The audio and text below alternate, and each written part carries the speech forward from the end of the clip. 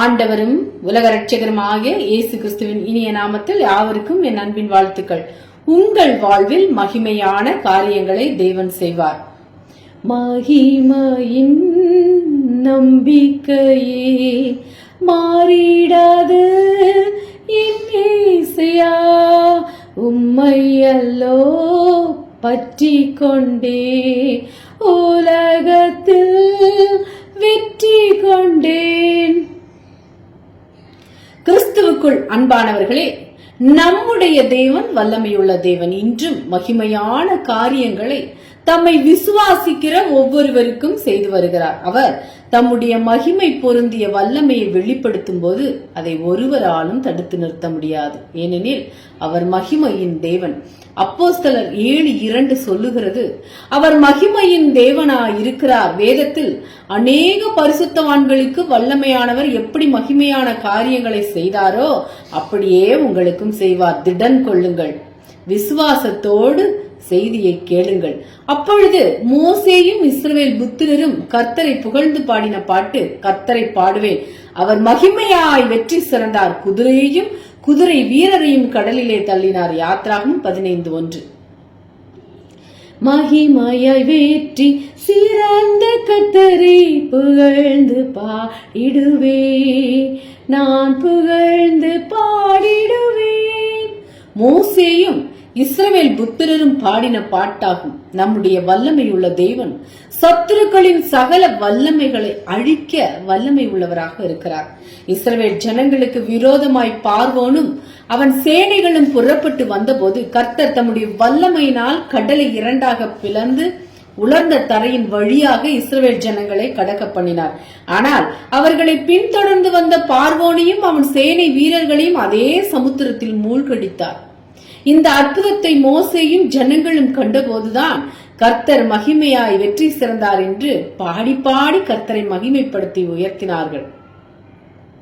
உங்களுடைய வாழ்க்கையில் ஏதோ ஒரு சத்துரு பின்தொடர்ந்து நீங்கள் முன்னேற முடியாதபடி உங்களை தடுத்து கொண்டிருக்கலாம், அல்லது சத்துரு உங்களை பயத்தின் ஆவிக்குள்ளே தள்ளி இருக்கலாம், அல்லது ஒருவேளை பிசாசின் கிரியைகளினாலே உங்கள் சரீரம் தாக்கப்பட்டு பலவீனத்தோடு காணப்படலாம். இந்த சூழ்நிலையில் நீங்கள் செய்ய வேண்டியது என்னவென்று கேட்டால், கர்த்தர் உங்களுக்காக யுத்தம் பண்ணும்படி நீங்கள் சும்மா இருக்க வேண்டும். சும்மா இருக்க வேண்டும் என்ற வார்த்தையின் அர்த்தம் என்னவென்றால், தேவனுடைய சித்தத்துக்கு நம்மை பரிபூரணமாய் அர்ப்பணித்து அவர் கிரியை செய்வதற்கு நாம் இடம் கொடுக்க வேண்டும். அன்றைக்கு மோசே தேவனுடைய சித்தத்துக்கு ஒப்பு கொடுத்தபடியினால் சத்ருவாகிய பார்வோனும் அவனுடைய சேனையும் கடலில் மாண்டு அழிந்து போனார்கள். வேதம் சொல்லுகிறது, பிசாசினுடைய கிரியைகளை அழிக்கும்படிக்கே தேவனுடைய குமாரன் வெளிப்பட்டார். 1 யோவான் 3:8. இயேசுவின் நாமத்தினால் இந்த சத்தியத்தை விசுவாசத்தோடு ஏற்றுக்கொள்ளுங்கள். ஏற்றுக்கொண்ட சத்தியத்தின்படி நடக்க அர்ப்பணியுங்கள். வல்லமையானவர் மகிமையான காரியங்களை செய்து உங்களுக்கு விரோதமாக, உங்கள் குடும்பங்களுக்கு விரோதமாக மற்றும் உங்கள் பொருளாதார ஆசீர்வாதத்துக்கு விரோதமாக எழும்பின சகல சத்துருவின் கிரியைகளையும் அழித்து மகிமையான காரியங்களை தேவன் செய்வார். இவ்விதமாக இயேசு இந்த முதலாம் அற்புதத்தை கலிலேயாவில் உள்ள கானா ஊரிலே செய்து தம்முடைய மகிமையை வெளிப்படுத்தினார்.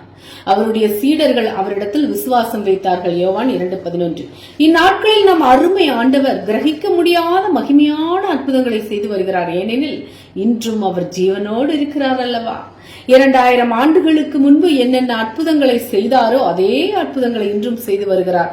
நாம் எல்லாரும் அறிந்திருக்கிறபடி வேதத்தில் நம் ஆண்டவர் செய்த முதலாம் அற்புதம் தண்ணீர் திராட்சை ரசமாக மாற்றிய அற்புதம் தான்.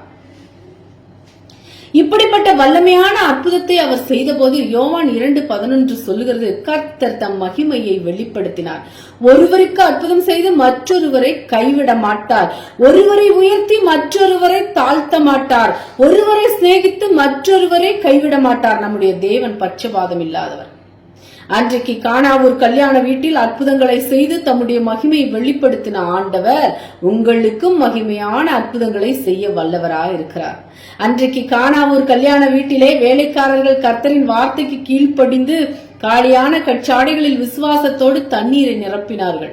அவர் என்ன சொன்னாரோ அப்படியே செய்தார்கள். ஆகவே அன்றைக்கு அற்புதம் நடந்தது. இந்நாட்களில் உங்களுக்கு அவர் என்ன சொல்கிறாரோ சிறுபிள்ளை போல விசுவாசத்தோடு கீழ்ப்படியுங்கள். கட்டாயம் தேவனுடைய வல்லமையை காண்பீர்கள். அவரு தமது மகிமையை உங்களுக்கு வெளிப்படுத்துவார். அன்றைக்கு மரியாள் வல்லமையுடையவர், மகிமையான காரியங்களை எனக்கு செய்தார் என்று கர்த்தருடைய நாமத்தை உயர்த்தினது போல நீங்களும் உயர்த்துங்கள். ஒவ்வொரு நிமிடமும் அவருடைய வல்லமை எதிர்பாருங்கள். அவிசுவாச எண்ணங்களுக்கு சற்றும் இடம் கொடாதிருங்கள். வல்லமையின் தேவன் உங்களுக்கும் உங்கள் குடும்பத்துக்கும் மகிமையான காரியங்களை செய்வாராக. ஆமென். தேவன் தாமே இந்த வார்த்தைகளின் மூலம் உங்களை ஆசீர்வதிப்பாராக. நீங்கள் ஆசீர்வதிக்கப்பட்டவர்கள். அல்லேலூயா. Price God.